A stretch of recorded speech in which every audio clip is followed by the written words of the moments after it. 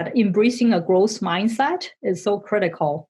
We're all should be students of life, right? No matter what we do, leveraging this time to learn something new is so critical. So having some thinking time every day is extremely important. Hi all, welcome to Engati Engage. Today we have the pleasure of welcoming Helen Yu to our interview series. I am Drishti Shah from the Engati team and would like to begin with just a quick intro of Engati. Engati is the world's leading multilingual no-code chatbot platform available across 14 channels with 25,000 bots created across 186 countries in every domain and use case. Engati has also been recognized as a top platform by IMC, TechWorld, CIO, and many others. We run the Engati blog, video channel, and the Engati Engage podcast, receiving upwards of 300,000 visitors annually. And now for our guest, Chief Customer Officer of Showpack and founder and CEO of Tigor Advisory Corp. Helen Yu is a global customer success executive who delivers bold value, designing innovative approaches to drive growth, solving challenges for businesses. Through a career spanning early stage startups to Oracle and Adobe, her work has enabled multi-billion dollar revenue growth and record profitability. She's a top Twitter influencer in AI, blockchain, HR, and was named to the top 10 influencers in digital transformation by IBM, top 10 cybersecurity influencer, and global top 15 thought leader by Thinkers 360. So, hi, Helen. We are really happy to have you on Engati Engage. I am honored to be here today. Thank you. So, before we begin with the interview, here's a quick announcement. So, we have something special for all of you. So, stick around till the end of the interview. So, beginning with the first question that I have, Helen, that can you shed some light on the traction gap from the Tigor Advisory? Sure. There's really no perfect out there, especially now that there's great uncertainty. While I describe the traction gap for startups, it clearly applies to all companies. If you think about really from strategy to execution gaps, I call them disconnects. Occur everywhere, right? The disconnect is the difference between where the company is at today from where they want to be or where they need to be. So just recognizing these gaps put a company further ahead. So there are 5 traction gaps. Number 1 is a product to market fit gap. When company has an idea, moving from idea to product to market, that early miscalculation often results in products mismatched to market demand. Yes. Right. So that's the product market fit gap. And second one is customer voice gap, right? You think about the customers always tell you what they want, but you've got to leave the lab and listen or have someone who really does or someone who knows what to listen for. The third gap is the defined minimum gap, right? For company to be minimal viable, they must have a product really that's marketable. Just having the great feature is not enough, right? You have to understand how to really market your vision. Yes. And then the fourth gap is process gap. You think about it's all about the process. You have to have the process in place to really systematize your success. And then so that the process, so that whatever that is, you need to have a process that's repeatable and scalable. Yeah. The last one is measurement. If you think about the company, you have to really have a measurement that drives the success and then consistently across the organization for the company to scale. Yes. So that actually is, you have highlighted. These are the major touch points that every company has to cover today when, a mantra of success type of thing. So if these points are covered, then maybe it's a smooth process, but it's a big challenge today. It's not that easy as we say it. Yeah. Absolutely, because it takes more than enterprise logos to turn a startup into a scale up. Yes. You have to have the discipline, right, injected in the company to scale. Yes.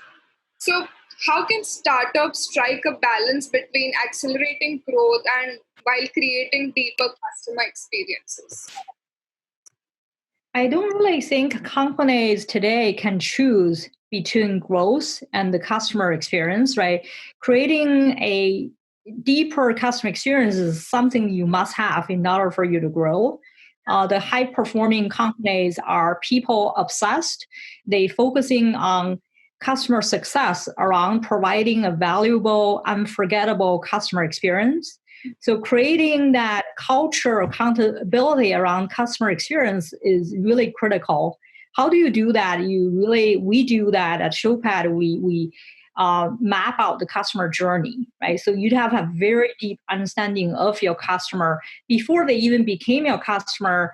They actually understand. They do a lot of research, right? Really evaluating what they're looking for, and then they find the company they want to work for. And then as they move from evaluating to make the investment decision to adopting your solution to expand your solution, and then that journey, you got to understand what their expectation is. You first understand who your target customers are, what their expectations are, and then what kind of process and resources you have internally to meet that expectation. And then if you don't have that available, you create the process or hire the talent to really bridge that gap, right? That's how we do that.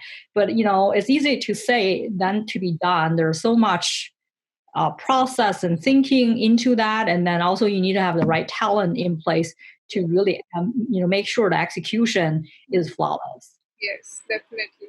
It's like for growth, the first thing you need to focus, at least right now in this era, is that customer experience. If customer centricity is the company goal, then that might lead to growth. Yeah. Absolutely. Yeah. So, what are the typical barriers that blocks a business path to digital transformation?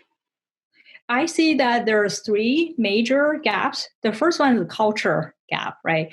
Culture eats strategy for breakfast.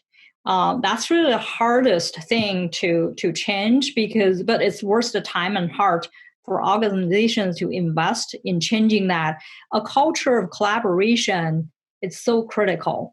A culture of collaboration culture allows cross-functional leaders to really share information, collaborate, adapt to changes. That's really the first thing you got to have. Secondly is the talent gap. If you think about digital transformation, it needs a triple play. It needs a people, process, and technology as a new mode of service, right? So what you can do, you either upscale your current workforce or you are by model, right? Meaning that you have to redefine individual roles and competencies as needed and then as nimble as you can. The third thing is current practice. And you need to have a practice that support the talent, right? What that means that, your practice cannot be too complex. If it's too complex, it's not going to be nimble. You can't adapt to change or digital transformation anymore. So all those three things are super critical for companies to really adapt to change. I can give you an example. A couple of years ago, I served an advisor to a startup. They're really at a time when they start a company, even 5 years before I get engaged, there are only more than 100 MarTech company, but then 5 years later, there are 5,000 of companies, right, in that space. So what that company had to do, they have to adapt. They have to figure out how do they, come up with a go-to-market message that really resonate with the market.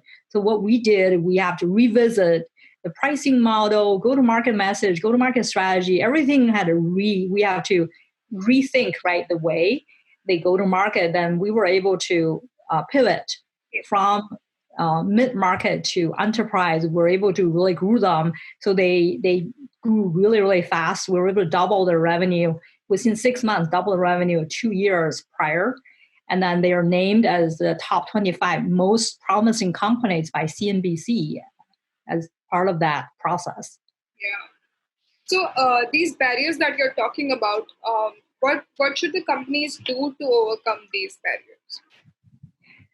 The companies first need to understand where they are at today, right? I think have a accurate assessment of where you are at, not only compared to yourself, and then compared to industry standard, compare how your competitors are doing, and then really understand the market demand there and understand your customers, what your customers are thinking. So always align your strategy to customer needs, and then also, really adapt your go-to-market message to the customer need. I think that is really, really critical to constantly adapt to the market change and shift, right? Right now, the current environment is very different. Every company going through digital remote selling, digital learning. It's, no matter how sounding your go-to-market strategy used to be, it's no longer the case. So you have to really adapt to the change, really quickly, and then come up with something that more relevant to the current market demand. Yeah, and it's always better to embrace digital transformation before you are pushed into it. Then you have to just do it in a hurry, and then you are lost, and then you want to roll back. So it's better to go take steps before and foresee what you want to do. And like today we are so companies who haven't thought about embracing technology before are now struggling with, and those who have embraced, I think they are doing really good even with the crisis going on. So absolutely. I mean, companies shouldn't just go do digital transformation for the sake of transforming, right? And you have to think about why, right? You have to really start with the why. Think about what are the objective you want to accomplish, and then how you measure that. Do you have the workforce or talent to really do so? And so there are really, really these critical questions you have to answer before you jump right into the digital transformation. I mean, as I mentioned earlier, it's not just about the two technologies, about the culture, talent, if you have the practice, right? And then two will come in at the end, but then that would be a very small component of the entire digital transformation. Truly. So talking about adapting technology and digital transformation, so what do you think is the future for conversational intelligence and bots? The conversational intelligence and bots, I think it will become a function of high performance companies, right? Within the next 2 years, I see more organizations having a leader in place who will define the customer experience with much larger set of tools, digital experiences, and being among them, right? And then if you think about these companies need to really start embracing the changes, right? I think that's critical for us to enhance and leverage the machine to enhance and complement our intelligence, so that they can automate the administrative things that we do not want to do, so that leave us for more complex and critical thinking type of work to propel the organization growth. That's true. So how do you think it's going to change the way we are working and the relationships with customers or even within the organization? I think it will help us better understand our customers. In the sense, machines can help human really think faster, right? Give us more accurate projections on what may happen. And then that would really help us to focus on, I would say, more of critical thinking type of task. To me, it can really help us transform the way we live, right? Saves a lot of time. I use, for example, Alexa at home. I sometimes ask Alexa some questions and it responds back to me right away. So while I'm driving, I can have a bot there talking to me. It's kind of really cool to think about that, right? Transform, help me organize my calendar of the day, so I don't have to worry so much about, I'm driving, I cannot type or do things. So there are a lot of things that we can do better leveraging the technology. Obviously, humans still need that interaction, right? I think about there are 4 layers of interaction: emotional, spiritual, that physical, intellectual. So the machine cannot give you every aspect of that, unfortunately. So I always think that when it comes to relationship, there's students that need human interaction is still critical important. So it would not replace that component, but it definitely will help us to do many things and help us enhance the way we live. Definitely, that would help. So, what role does AI and technology play in an organization's business transformation cycle? I think the business transformation will happen in two ways for companies, right? So they will either disrupt or to be disrupted. Let me share a quick story about the role of AI, right? It was a conversation between two famous people everyone on the planet knows, the billionaire Jack Ma and Tesla CEO Elon Musk, right? They were on stage at the 2019 World AI Conference. And then Musk said he predicted that AI will be smarter than the smartest human. So someone asked him how much smarter. So he described it one word, vastly. The question is, what does vastly really mean for companies today, right? And to your question, what factors really support that?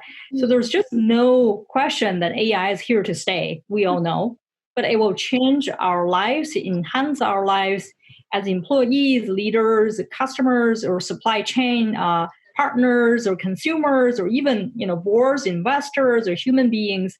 But for example, Siri, right, helps people to find information or remember things. Alexa reschedules our doctor appointments for us. Amazon has been using that, right? You think about for years, and then someday it definitely expects us to ship customer products they don't even know they need. Yeah. And then in the article, it's very interesting. I believe AI will not replace human, but AI will enable us to ask the right questions to innovate, right? So in essence, we need to look at AI as a tool to do exactly just that. Ask the right questions so our companies stay ahead of the competition, stay ahead of the customer expectations, and stay ahead of innovation. Yeah. It's just wonderful how much even the machines today, not even AI, but the technology that we are in. Like I remember one instance that I had is that I booked a movie ticket, and when it was due, like the day before, so T-1 hour, so it told me that you should leave from your home because this is the traffic, this is the time you're going to take to commute to the theater. So you should do it, and it's like it's so helpful that I don't have to worry about these small things. When will I reach? What will happen? It's just there. All information is just there. I just have to consume and worry about bigger things in life. So, absolutely, as creepy as it can be, but it's really I vote for having the convenience, right? It provides, but at an organizational level, we also have to think about why we need to adopt AI and machine learning.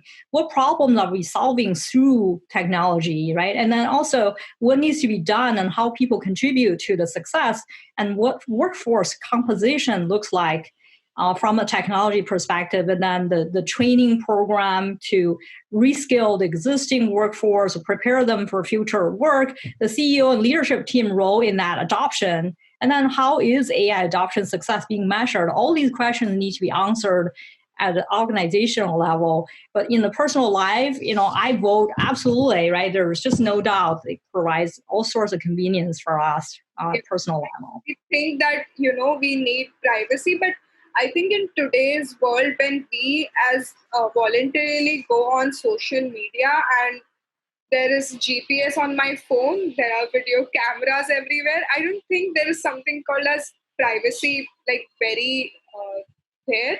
But I love the personalization that this technology is giving me, and so it definitely, like, it's worth it. Like, absolutely, I think there's a give and take relationship there. I mean, you cannot expect any convenience without giving up a little bit, right? Privacy, and then vice versa. It's just, it really depends. It'd be good someday we can pick and choose and decide, right, how much we can gain in terms of convenience, and then it's within our control. But I mean, as you mentioned, I don't think it's up for us as much at the moment, unfortunately. So, any other thoughts that you would like to leave our audience with? Yes, thank you for asking. My parting thought is that embracing a growth mindset is so critical. We're all should be students of life, right? No matter what we do, leveraging this time to learn something new is so critical. So having some thinking time every day is extremely important. I try to do that with myself as well, right? Lastly, use our purpose to become a multiplier, meaning that really, spend some time to contribute to the community, use our talents to help someone else grow or thrive, right? Or pass along our growth mindset to others. And ultimately is how we're going to change the world for good. Yeah.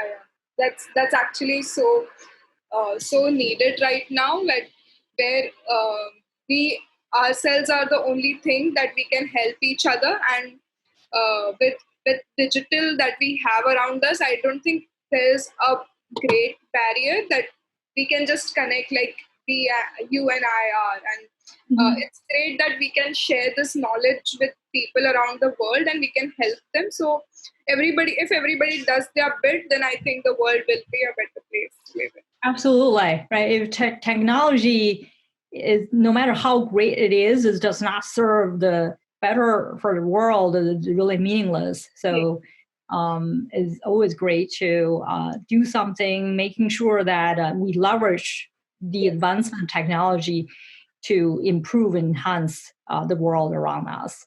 yes, definitely. Completely agree. So thank you so much, Helen, for giving us your time. I think the advice that you're given, I think the audience will completely agree with that and will really enjoy the interview that you've given. Thank you so much for your time. Thank you. I appreciate the opportunity. So hopefully you have a wonderful rest of the week and then stay healthy. Yeah, thank you. So, would like to add something that if you've stuck around for this long, we're so excited to announce that our ebook, The Return to Normalcy, Work from Home to Return to Office, is out and available to download. So you can check the link in the description below for more details. And we'll be back soon with a new episode and a brand new expert. So stay tuned.